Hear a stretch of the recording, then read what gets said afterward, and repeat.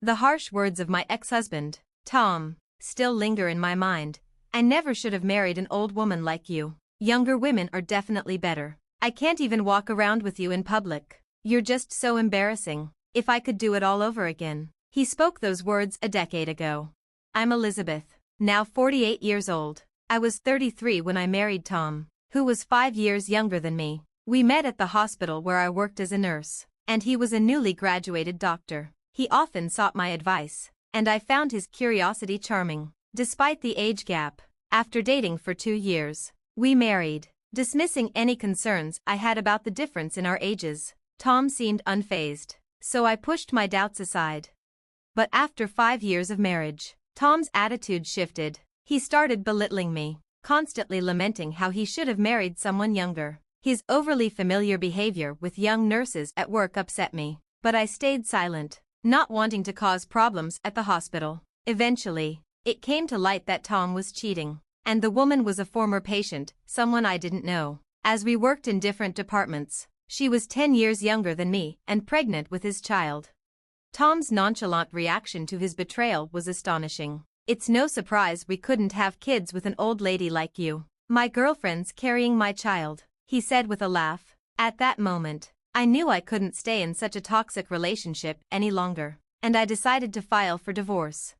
When I told Tom and his girlfriend that I would seek alimony, Tom's reaction was full of anger. I spent 5 years with an old hag like you, and now you want alimony? I should be the one getting something. Who would pay you anything? His outburst shocked me, revealing his complete disregard for the possibility that he might owe me anything, despite his affair.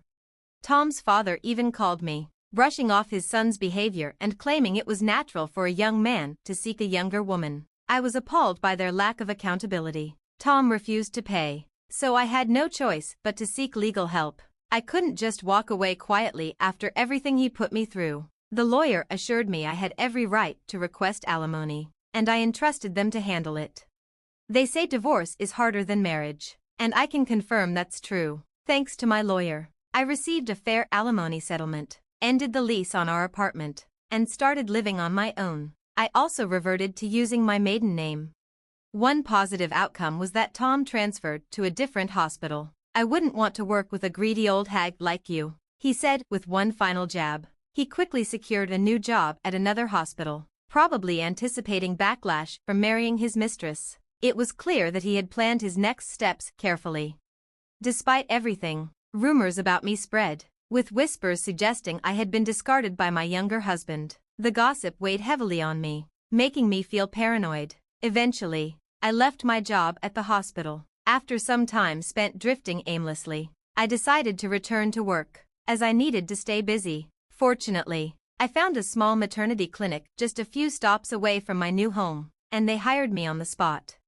Although the clinic was small, with only a few doctors and nurses, it had a warm and friendly atmosphere. Everyone got along well with the patients. Miss Britton, you have such a sharp eye, and the patients love you. We're lucky to have you here, they'd tell me. But my peace didn't last long. One day, a pregnant woman was referred to us from another hospital, and as soon as I saw her name, Sarah Evans, I immediately recognized it as the same last name as Tom's mistress. Curious, I checked her husband's name, Tom Evans, a doctor. Without a doubt, it was my ex-husband. Tom's new hospital didn't have an obstetrics department, so they had been referred to us. Since I had reverted to my maiden name and we had never met in person, Sarah didn't recognize me. I didn't expect our paths to cross like this, so I kept the information to myself for a few days. Then one day, Tom accompanied Sarah to her checkup. His face turned white with shock when he saw me. Clearly, he hadn't anticipated running into me here, and I certainly had no interest in seeing him either. "What are you doing here?" Tom asked, and Sarah quickly realized who I was. "Wait, is she here to cause trouble?" she asked, glaring at me. "Of course not," I replied. "I was here first." I had no idea Tom had moved to work near this hospital, but Tom wouldn't listen to me and accused me of stalking them. "You're following me around, aren't you?" he yelled. "Don't be ridiculous. Why would I do that? You squeeze money out of me because you're old and got dumped," he shouted, making sure everyone in the room knew about our past. The stares of the others were uncomfortable. even though I knew Tom was in the wrong. Sarah added to the drama, pretending to be distressed. I'm scared. I've felt targeted ever since I came here. What if something happens to my baby? Tom took this chance to demand, please, keep her away from my wife. The doctor in charge asked me to leave the examination room, probably just to defuse the situation. I understood that the patients came first, but it was humiliating. I didn't want to be there either, especially with the details of my divorce being exposed. As if things couldn't get worse, Tom's wife continued to make snide comments whenever she came to the hospital. Although everyone knew I was not at fault, they kept quiet to avoid upsetting her or interfering with her pregnancy. This made the work environment increasingly uncomfortable. With more than 6 months until her due date, I couldn't imagine enduring the tension for that long. Despite the positive work environment, I decided to resign from the hospital. It's a shame, but there's nothing we can do, the director said, somewhat relieved. Even though I knew I hadn't done anything wrong, it felt like I was being punished. Exhausted from the ordeal, I decided not to search for another hospital job and instead returned to my parents' rural home. They welcomed me without saying a word. At first, I struggled with not doing anything, but the thought of being idle made me feel guilty. So I took a part-time job at a nearby supermarket. Working outside the hospital was a change, but a welcome one. I had always enjoyed being a nurse, and it brought me great fulfillment. But the stress and responsibility had taken its toll. Taking a step back was good for my emotional health. 3 years later, I was offered a full-time position at the supermarket. My efforts had been recognized, and I was thrilled to accept the offer. For years after that, a matchmaker approached me. Would you be open to an arranged marriage? They asked, catching me off guard. Excuse me? I think I have the perfect person for you, the store manager said one day. At 45, I had no intention of remarrying, so I politely declined, but the manager was persistent. The person is a 47-year-old divorcee, just like you, who went through a similar situation due to infidelity 20 years ago, the manager explained. Eventually, I agreed to meet the man. Given our ages, we decided to meet without intermediaries. When I arrived at the restaurant, he was already there, waiting. As I walked in, he quickly stood up to greet me and accidentally bumped his forehead against the table in his rush. Ow, he exclaimed, his face turning bright red. I couldn't help but laugh at the situation. It was a light-hearted and refreshing start to our meeting.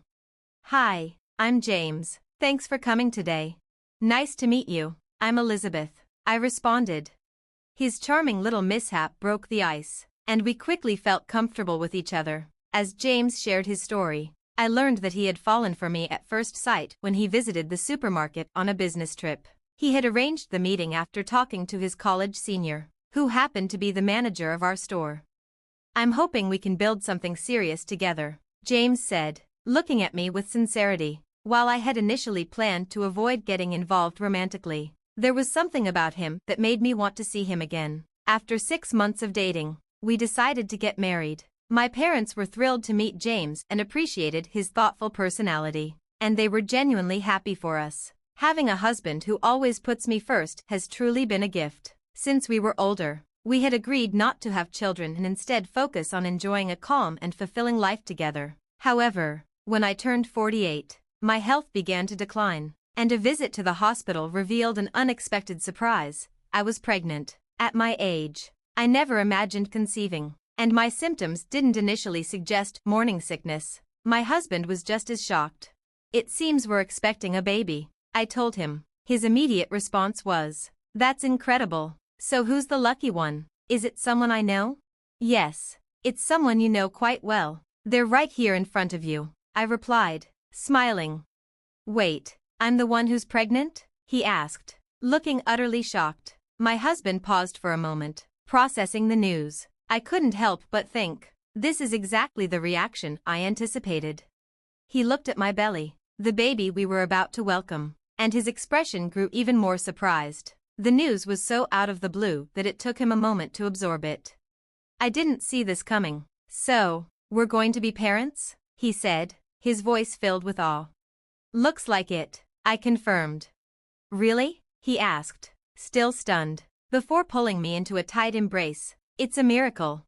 Do you think it's okay for me to go through with the pregnancy? I asked. Though I hadn't seriously considered terminating it. I was aware of the risks of having a baby later in life. The doctors even asked, "What do you want to do?" I knew the risks for both me and the baby were higher at my age, and some people around me might not be supportive. The prospect of raising a child at this stage in life also gave me pause, but I couldn't bring myself to end the life growing inside me.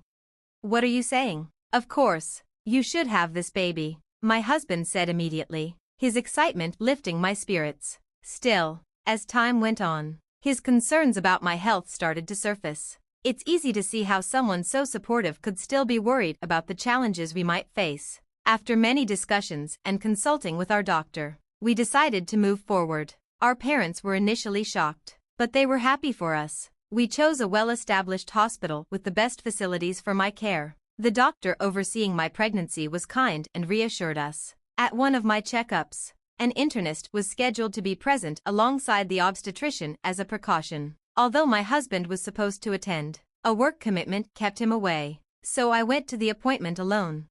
To my surprise, my ex-husband Tom was also at the hospital. I never expected to run into him in such a setting. "Wait, seriously? You, a 48-year-old pregnant woman?" Tom said, laughing. "This is unbelievable." The obstetrician and nurse exchanged uncertain glances, but Tom didn't seem bothered. "You have no right to speak to me like that," I said. "I'm genuinely concerned about getting pregnant at my age, but that's not an excuse for you to be disrespectful. Are you even qualified to be a doctor? It's clear you don't understand what you're talking about. You're out of line." "Excuse me, Dr. Evans, but I'm leaving. I don't want to give birth in a hospital where a doctor like you works," I said. "Fine, leave," Dr. Evans replied. "That woman is the wife of a well-known philanthropist who has made significant contributions to this hospital." "What?" I responded, surprised. "Dr. Evans, I don't think you're aware, but you're new here. She's not related to you." "But your comments were inappropriate," as Mrs. Miles pointed out. "I can't believe a doctor would speak like that," the nurse added. Just then, my husband arrived. "Sorry I'm late. My wife has been a huge help to you," he said, immediately noticing my distress. Tom turned pale, realizing something wasn't right. "Is something wrong?" my husband asked. "This man, Dr. Evans, just said that giving birth at 48 is disgusting," I explained. "What?" My usually calm husband's expression hardened immediately. Once I mentioned Dr. Evans by name, he must have realized who it was. I had shared details about my previous marriage, including Tom's name and background. "Are you Dr. Evans? You insulted my wife, didn't you? How could a hospital allow a doctor to insult a patient? I can't trust this place with my wife and our unborn child," my husband said. At that moment, the nurse returned with the hospital director.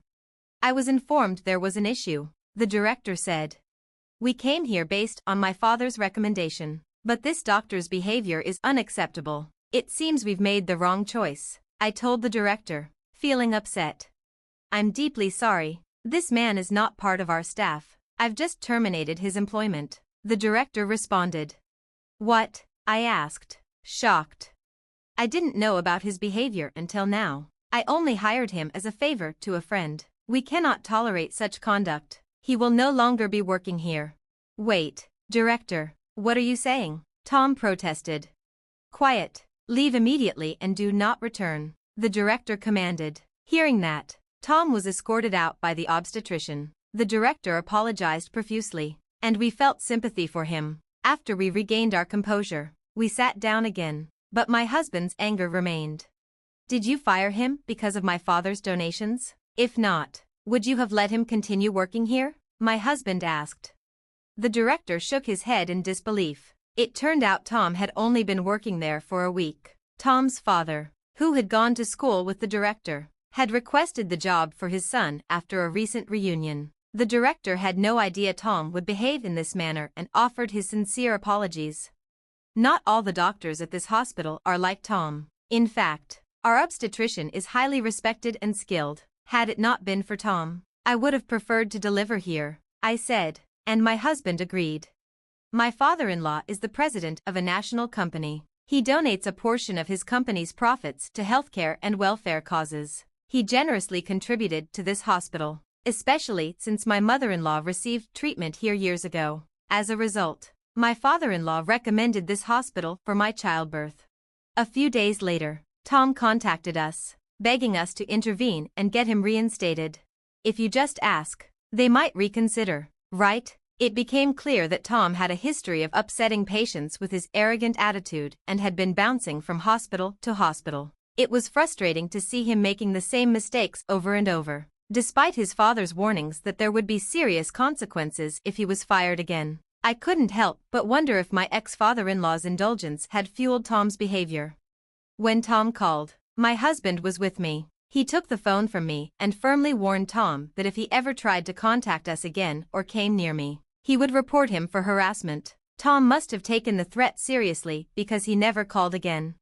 Several months later, as we were heading home from the hospital, we stopped at a convenience store. There, we saw Tom working. It appeared no hospital would hire him anymore. He was visibly upset and shared that his wife and child had left him. But I felt no sympathy. I decided to avoid that store from then on.